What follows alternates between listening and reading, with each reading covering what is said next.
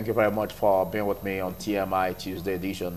And I did say today we'll be looking at the urgent need for tackling leadership challenges, quest for good governance, and the focus is on tackling limitations in leadership. And all of this will be discussed with a political analyst I have in the studio with me, and of course, a public affairs analyst. From my extreme left, I have Neville Obakedo. Many thanks for coming, Neville. Thank you for having me. Good morning, viewers at home. And also I have Comrade Salvation Onomroba, a public affairs analyst. Thank you for coming. Thank you, Philip. Good morning, viewers. Thanks for having me this morning. Well, we've had this whole issues about governance, and there has been this clarion call for us to have good leadership that will provide dividends of good governance. We've had a challenge where a particular administration will have to put the blame of the country's infrastructural decay and what have you on previous administration, and then it goes on and on. This dilemma happens to be endless in governance. What do you see as a way out of this dilemma, Neville Obakedo? Well, all over the world, communities, states, nations are organized under leadership. And leadership in this context is a way or the ability to harness the human potentialities of the people of that environment to achieve a common goal or to achieve common goals. And historically, we have seen various kinds of leadership. We have seen charismatic leadership, we have seen spiritual leadership, we have seen political leadership, we have seen democratic leadership, we have seen autocratic and authoritarian leadership. Yes. All kinds of leadership have been brought to bear on human existence over the years.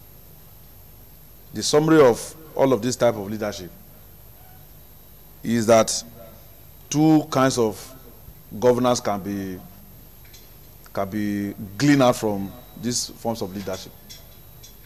We have good governance and bad governance.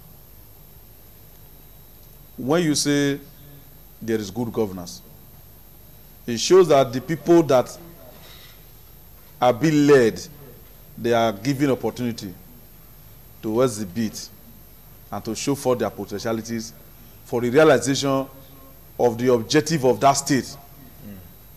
That we are talking of nation state now. Yes. Then there will be respect for rule of law. There will be respect for constitutionalism. And then the people will be given opportunity to contribute to decision making in that system, in that state. That's what makes it work. Yes. Then where you have the opposite of that is bad governance that you have. In the case of Nigeria, some analysts have said that Nigeria is experiencing bad governance. Some people will say it's party A. For example, APC, that is a government, now will say it's PDP that is responsible for the woes, the leadership woes that Nigeria have been experiencing. They will just start from 16 years. They will say yes. They will say for the past 16 years, PDP has ruled Nigeria. They are responsible for the failure that we have. Then PDP will say no, that the problem of Nigeria is military government that came before, that was there before they came. The APC will say it's PDP, like that, blame game. But any governance, any system of government that do not invest in research will not be able to know and appreciate the problem that that country is facing, and will not be able to find solution. It's like groping in the dark. So one, the problem of Nigeria, is the problem of party? The answer is no. The problem of Nigeria is the problem of families that have failed. There is no governor, no president, no policeman, no person that is involved in crime that is shown on Crime Watch or that is not from a family. And the formative years of a child, many parents do not take that period very seriously. And so when the child is grown up and the child is already having peer groups that he flares them, whether male or female, at that point the parents will now start coming out to say, I want to burn a fish that is already dried. You cannot do that. So the list is long. Yes. Of how the family has failed. Even pastors, sometimes they say fake pastors, and so on. Criminals, kidnappers, all kinds of ritualists and all kinds of criminals you have in society. Even people who are in position of authorities that are criminals, they are from families. And so the breakdown of the family is having a reverberating effect on the nation. That's on one part. Yeah. On another part, some analysts will say that is the elite. And what I've just done just now is to link the origin of the elite to the family, trace them to the family. We often experience situations where someone may be campaigning for a particular public office, and by the time in the process of campaigning, he tells what he will do for the people. And by the time he gets to the office, after winning the office, he does the otherwise. Is it that there's something overwhelming such public offices on the persons that takes over leadership on that level? Or is it has it to do with a collective problem from the followers? First and foremost, when a man becomes a governor of a state, the man, let me not start with governorship, let me start with councillorship position. A man is a councillor. He was brought into power by a structure of a party, either through consensus, either through direct election, either through primaries. The man is now councillor. If we abandon the structure that brought him to power, it will start creating its own structure. A man will be elected local government chairman by a party, the party that brought him to power, featuring for election. There's a structure in that party. We start creating another one. That's why you have factions everywhere in all the political parties in Nigeria. Then you take it to governorship level, take it to House of Assembly membership level, take it to National Assembly membership level. A man becomes a senator, becomes a House of Rep member, because has money to throw around, will be creating factions within the party. And so they will be promoting their interests instead of interest of the party and interest of the society. When you say instead of interest of the party, yes, what do you mean? Because we understand that even the party interests sometimes could also overwhelm such a public officer. When I say party interest, even though Nigeria political parties do not have ideologies, that is, a set of ideas on how the society should be governed, all right, and the modus operandi.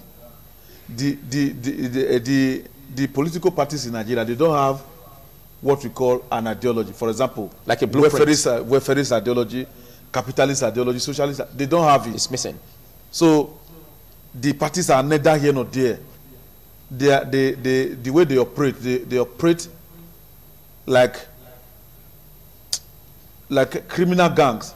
But don't you also think that this is also attributing to the challenge we're having in leadership? Yes, I'm coming to that now. Yes. Now, as I said, that persons will be occupy position, they will not create factions and the rest of them. Why do they do that? They do that because of their own interest. As at the time they were backing on those their glamorous campaign promises, I will do this, I will do that. When they now get here to that office, there's a pigeon, let me say pigeon adage that people used to render around here. Who no go, no no. That's, you have not got to that office, but you are promising heaven and earth. When you now get here, you now discover that uneasy lies the head. Yes, there are certain cool branches that will not allow you to fulfill the promise that you overwhelms you. Yes, yes. You can no longer go back and tell them, come, the promise I gave to you that time, I can no longer fulfill it because of what I'm experiencing that people are not seeing. They can no longer say that. So, more often than not, people say, politicians, they promise you heaven and earth. They don't do that. It's because of the insincerity in the system. That insincerity in the system is as a result of the foundation of the society that is based on falsehood. And so you can promise the people heaven and earth and not give them a grain of sand, and there will be no punishment for it. And the media, the civil society group are supposed to set agenda for those in government. More often than not, they don't do that. Why don't they do that? Some of them because of black envelope. Some of them because they are working under conditions. If you bite more than you could chew as a journalist, you want to be investigative, you could be fired, and you'll be on the street. And so people are supposed to set agenda for those in position of authority. so that this leadership crisis that we are talking about will no longer be there, will be reduced to the barest minimum. They are full constraint. Okay. To just align. Let me just sit down, look. Okay, thank you. I'll come back to you now to Comrade Salvation. Now, we've been having all of this we've just discussed in a whole by Nebilo Bakedo, even in the present administration of Muhammadu Buhari. We remember vividly what the cardinal points, the tripod objectives that the administration came with. And now some are saying, well, in the course of almost 4 years running, they're still not meeting the aspirations of the people. And what do you make of this? Do you see all of this as a sincere yearning from the people, or will you say that the present government has done well in these regards? I will say that one of the first assignments of any government that will really affect Nigeria, they must understand the Nigerian problem. You know, if you don't understand the question very well, you can't answer it. Yes. A perfect understanding of the Nigerian problem. Like, you think that is missing in the present administration? I think most of the governments that have come up, they've always not gotten, you know, there's even, that you are campaigning does not mean that you have taken your time to understand the problems. But how to solve it. Okay. So when you see... Because it's one thing to understand the problems. It's another to understand how to provide solutions to these problems. Do you think that they already know the problems, but providing solution becomes a setback? Knowing the problem is one thing. Understanding the problem is another thing. Every Nigerian knows the problem. I mean, I mean a good research, a good understanding. For example, why is our power problem the way it is? Why is it not working? In spite of the money being voted into it year in, year out. So you need to understand why. There is a why. There is a reason why these things are not working. There is a reason why, even if you put so much money into many of our... Then you have to tear the sector open and see what's in it. It may not be just need of money. Probably you are putting in the money, the place is corrupt, people are eating the money. It won't make any difference. Obasanjo puts how much into power. Look at where we are today. So first, it is the real understanding of the problem. But most times when we see our people who campaign, the desire is not to really understand the problem, but to grab power. So by the time your desire to grab power is more than your desire to save the people, then we are in the status quo. Then we are in then nothing can change. Okay. Like he said, like for example, when I studied the Nigerian system, I came to discover that a good president can't save Nigeria. A good president can't save Nigeria. Can't save Nigeria. What do you mean by that? What do I mean by that? Because even though you are a good president, you have the House of Representatives. You mean surrounded by... You are surrounded by people. Most likely, if you are even coming up with your decisions, there may be people that will attack you. In fact, I have studied Nigeria to understand that only a good president may not last for long. Because you may even be impeached for being good. So we are looking at a systematic problem. We are looking at a visionary leader that you don't just come up with your promises. Nigeria is complex. Nigeria is a large nation. If you're going to have solution to our problem, it means that you have looked at how will the House of Assembly not stop you? How will the House of Representatives not stop you? How can you create your cabinet? How can you... We don't just have a personal problem, we have an institutional problem. Yeah, because some have said that our institution is not working and that Nigeria really doesn't need a strong man, but what we need is an institution that works. We need because a strong man will be weakened by weak institutions. No, even when I see many of the candidates campaigning, I look at them. Fine, you have your good opinion, but have you thought of who will be the Senate president under you? Have you thought of who will be the House of Representatives? Those people that you need. Who are your ministers? Who are those? Okay, you are president. Are you going to be in charge of power? You are president. Are you going to be in charge of the economy? So it is the ability to be able to form a team. And in the place of forming a team, we must, because in Nigeria, I've noticed something, sir. When you see the team of most presidents, it always looks like positions are reward. you see that... Okay, rewards given for your efforts. You were with me during the campaign. You were with me during the campaign. So all of a sudden, you see the spokesman for the party during the campaign becomes the information minister. So like putting around pegs in square holes. You see a former governor becoming a minister.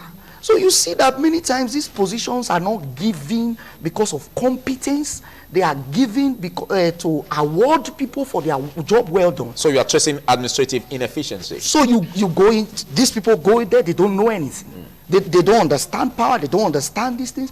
And people who understand these things there. So the problem is, and for example, I'm looking at our youth, look at the society generally.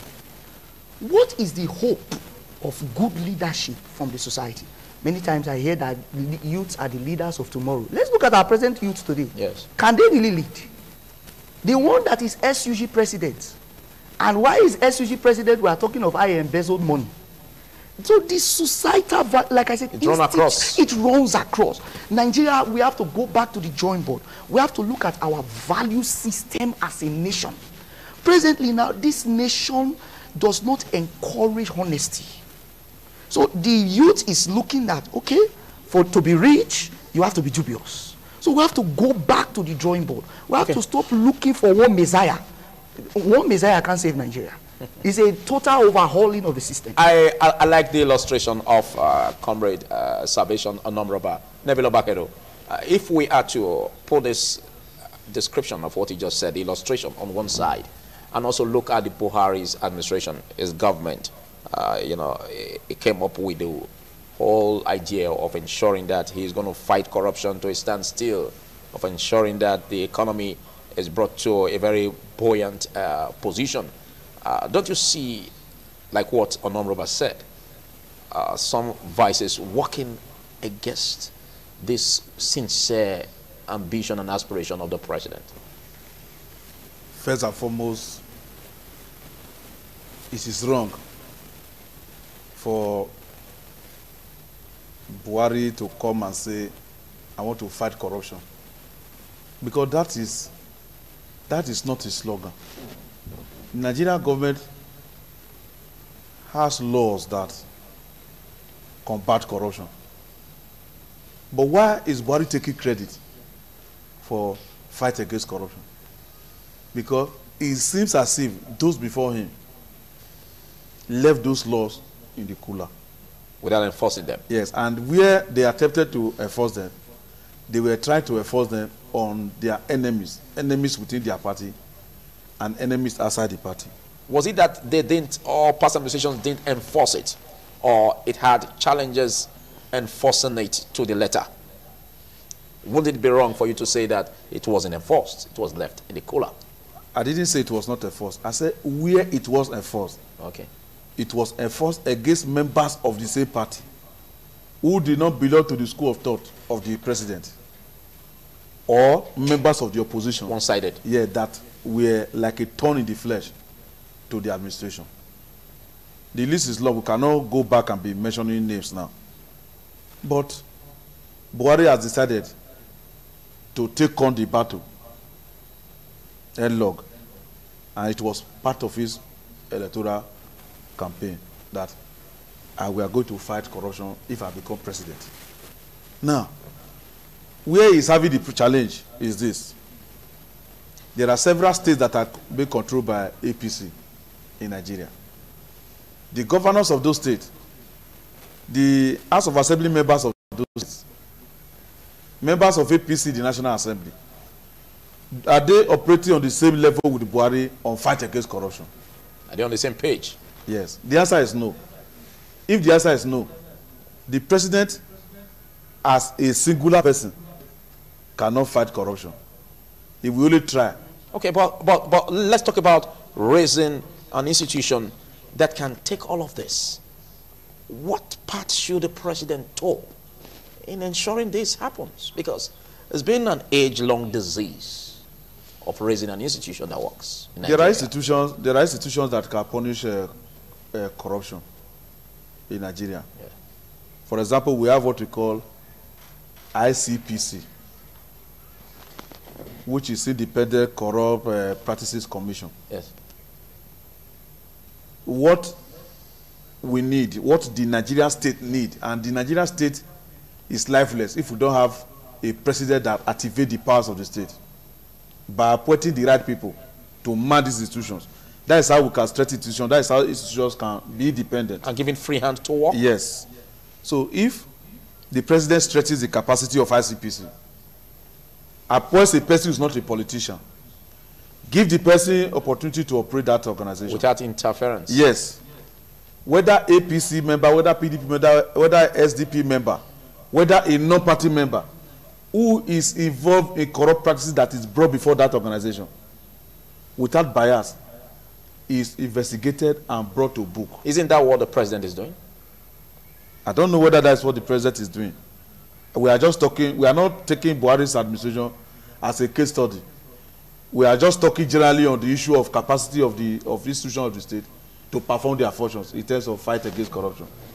That is one, ICPC. But you've studied so far, and you can also use that to bring about the way forward in terms of when I get to that, the lapses that might have been noticed. Because the essence of this platform is to speak truth to conscience. Yes, when I get to that, I will. Then we have EFCC, which is Economic and Financial Crime Commission. Yes. Now, number one, the president appointed somebody. Say, I feel, based on information available to me and based on the fact that this man has been working with EFCC for so number of years, he knows the operative mechanism of this organization. Yeah. Let him be the chairman. On several occasions, he will send the name of that man to the people who are supposed to approve the name, that is the National Assembly. Then APC dominated. And they will say no. They will not accept him. Why? They will say there's a report from SSS, another state institution. The one report clears him. Another one that came later did not clear him. Somebody is not saying the truth somewhere. How can a DSS, an institution of the state that is expected to ensure security of life and property, give information to government, discrete security information, how can such an institution blow hot and cold, approbate and reprobate? It shows that something is wrong. And that thing that is wrong is leadership. Now, people in leadership position, whether governor or president especially, the people who work around them, they form cabals around them. If I become governor tomorrow now, you can call me now, I will just answer you.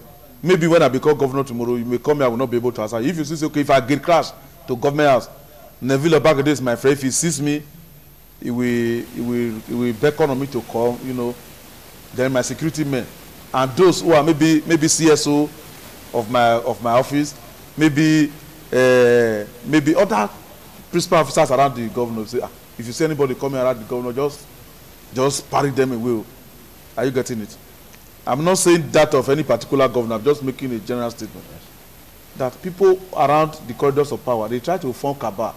Sometimes when they see you coming, they see this one that is coming. If this one is exhibiting potentiality that are more than my own, I may not be given opportunity to occupy the position I'm occupying. So they won't allow you. Even if you have a thoughtful idea you put on paper, you pass across, let this paper get to SLSC. The paper will get to part of the members of the cabal before we get to SLSC. Unless that SLSC has appointed people who are sincere, who are operating on the same level with him, that when they bring a letter will get to him before getting to those people.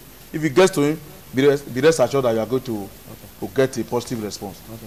So these cabals may not also want the president to succeed because they are not operating on the same level with him. That is the problem of Buhari. That's why you see people are working with Buhari, even though they know that Buhari is saying, I'm fighting against corruption, I'll fight against corruption. They try to cover up their own corruption and now portray only the opposition as those that are corrupt. That is a big challenge, leadership challenge for Buhari, and his head that has not helped him has also made him not to be in charge, as expressed by the wife and as expressed by Governor of Kaduna State. Okay, so you believe in the cabal theory? Yeah, yes, I believe. How would I believe? All right, back to you. I've been a victim of cabalism, so I know what I'm saying. Yes. Okay, looking at the cabal story, what do you think is the problem in terms of the economic recovery growth plan of the president, in terms of making the economy buoyant and bringing about employment opportunities, raising industries, industrializing the country, you know, improving on goods and services, you know, of the nation. Do you see us drawing back, irrespective of the ARGP? You're talking of the connected to the cabal story? Yes. Do you see that connected to, as in the cabal taking us back on that? I must say this, that the beginning of every of our problem in government always starts in election and campaign. What do I mean? When, look, in Nigeria now, the people who can help you, sponsor you, if they are the corrupt people and they back your campaign, they sponsored your campaign, they expect something back. When they go up there and you go up there, can you fight them? If you are even talking about okay, they gave this, I gave millions, I gave billions to make you governor or to make you president. Now that you are there, most likely you are to serve them instead of the people, because they sponsored you.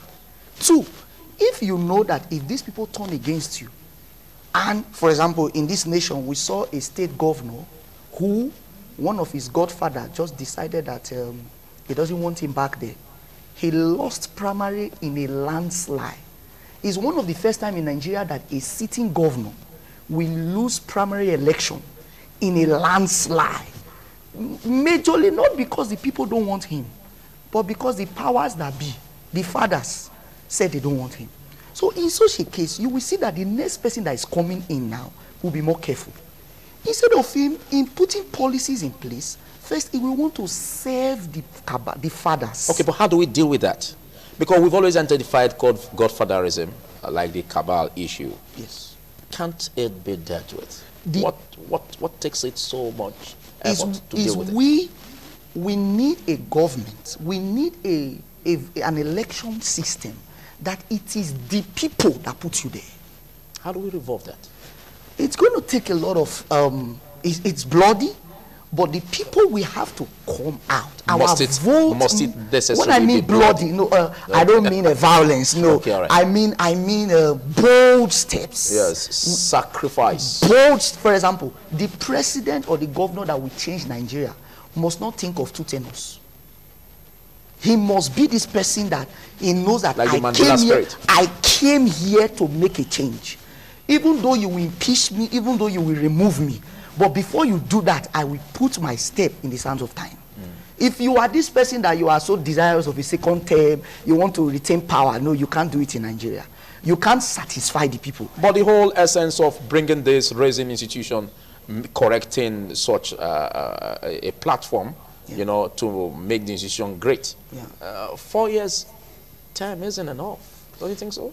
That's where I talked about planning. You know, a prepared man from his, for example, the Buhari administration, it took him 6 months to pick his ministers.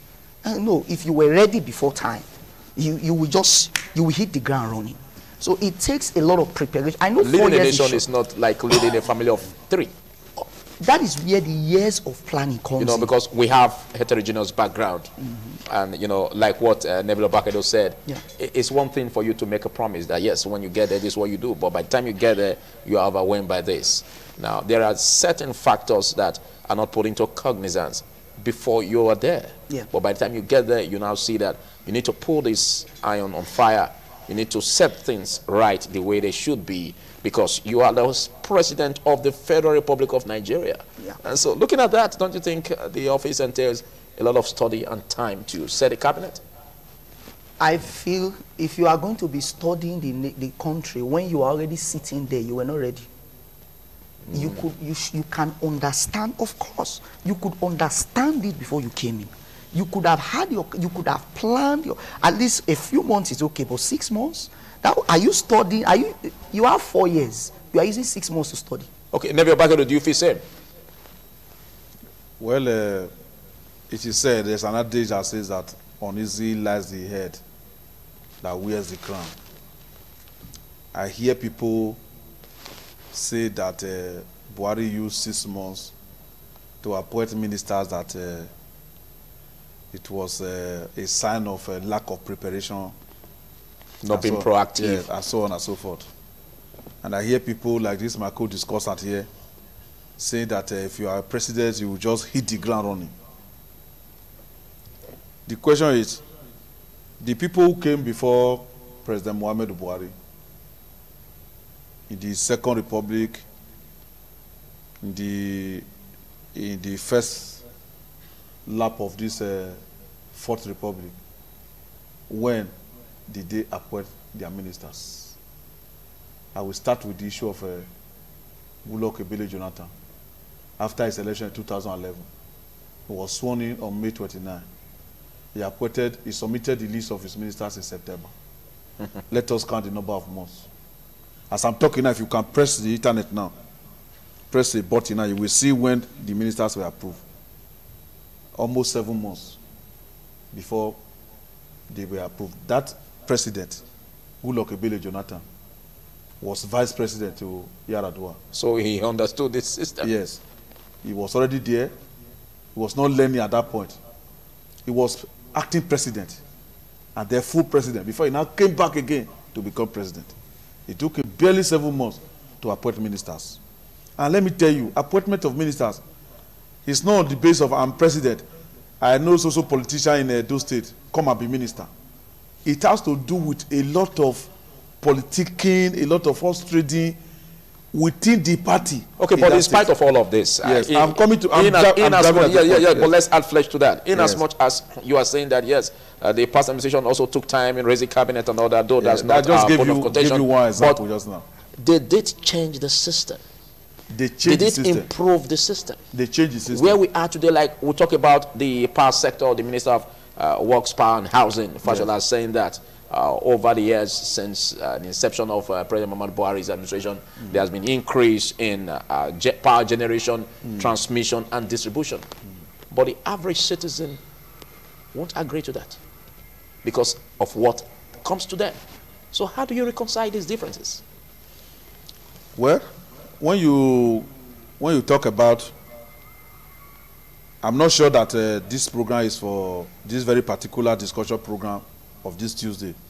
It's not for comparison of administrations. It's for tackling leadership limitations. Yes, like so what we find in the power sector. Assuming it were to be a cooperative discussion, we will put down the administration of President Olusegun Obasanjo and the amount of money that is spent on power, and what was the generational capacity at the end of his 8 years. Again, if this discussion, this very particular discussion, occurred by you today, Tuesday, it were to be a cooperative analysis program, we'll put down the period of Yar'Adua, Jonathan, how much they spent on electricity and power, and what was generated and what was distributed. That was the common problem. Yes, and now. What is common? Yes, and now the period of Buhari, that is not up to 4 years. Yes. If you look at the analysis of the minister, you will discover that more megawatts have been generated in this government. They may have problem of distribution. Even transmission. They may have problem of transmission and distribution, because transmission and distribution, they go pari passu. Now, talking about leadership, it baffles me that a minister for power is a lawyer, a senior advocate of Nigeria. If he's going to be looking at power, he is not going to look at power on the basis of his knowledge about the power sector. He is going to look at power on the basis of his understanding of English language. Are you saying that it's like a round peg in a square hole? Yes, and maybe his understanding of law, terminologies that are being used by ministers to the temple of justice. Are you saying that by that could also be one of the problems that we are having as a setback in the power sector? Yes, yes. For example, I'm not a legal practitioner. Tomorrow, somebody that knows me or that is aware of my contribution to a party, whether PDP or any other party at my state level, then I'm nominated to be a minister and appointed as a minister for justice. It is my own commonsensical knowledge of law that I will use to operate. I will not depend on the expertise of seasoned lawyers in that ministry, state councils. And more often than not, because they are already having their own system of operation that grease their palm. For example, taking the Ministry of Justice, for example, as a case study, people who see cases who are supposed to advise the state that this case, if you proceed with this case, the state will lose. The state will use a lot of money that the state cannot recoup. We advise that this case should be left at this level. They will not do that. They will prefer to go and look for external lawyer. The money that will be coming to that ministry will come through the ministry to that place, and then the money will now go to external lawyer. The person who is recommended that external lawyer through a fiat of the state attorney general or federal attorney general. We have a some share of that money that will come from government. That's corruption.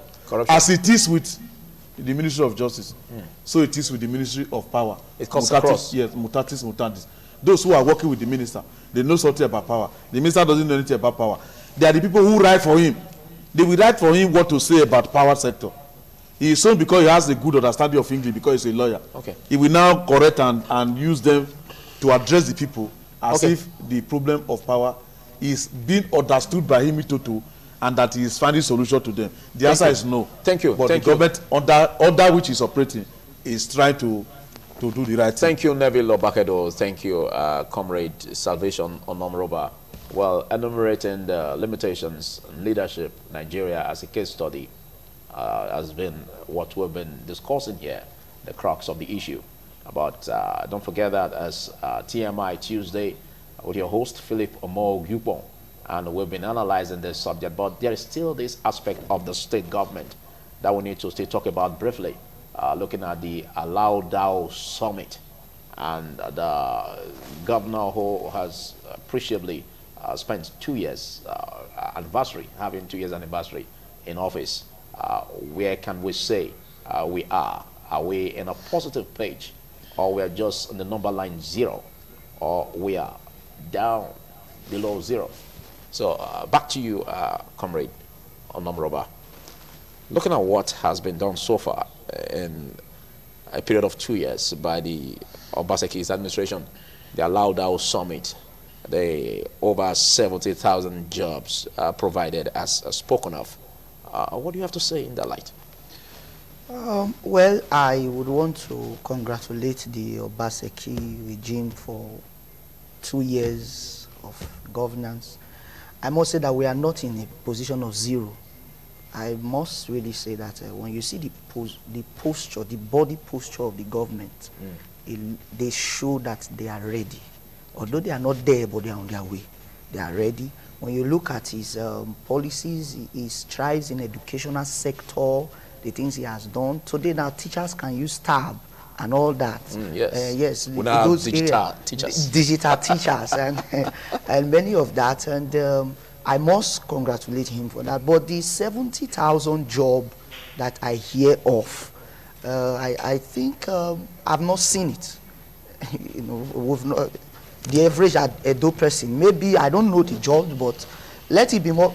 For example, you can't be closing a polytechnic, our polytechnic college of agriculture, so or sacking the staffs there. And you say that and you are increasing employment. And you are increasing employment. You can't be sacking staffs in one hand and on another hand talk about increase of employment.